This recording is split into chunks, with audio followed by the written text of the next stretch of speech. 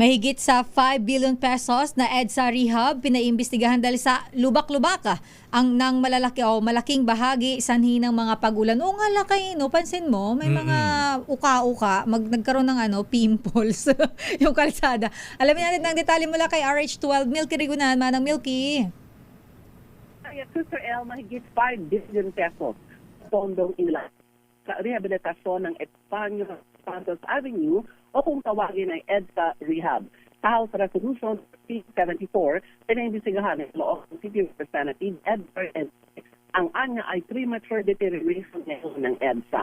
Ang kiilise, kamakailan lamang ipinatupad ang EDSA Rehab pero halos 2 linggo lamang na mga pagdanda sa manang may hangad na naanod na rin ng baha ang 5 na ginastos para dito. Sa datos, sakop ng Phase 1 ang Boulevard ng Orense Street sa Makati City at nakumpleto noong April 6 at ginastosan ng 1.1 billion pesos.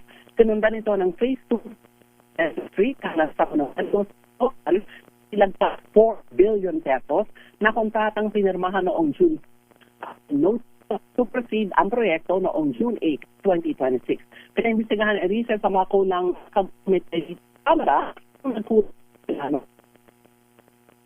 substandard na ang materyales dahil lubak-lubak na ngayon ang tinaguri ang busiest thoroughfare sa bansa. Nais din ni Erisa na maisulong ang mas malakas na infrastructure standard.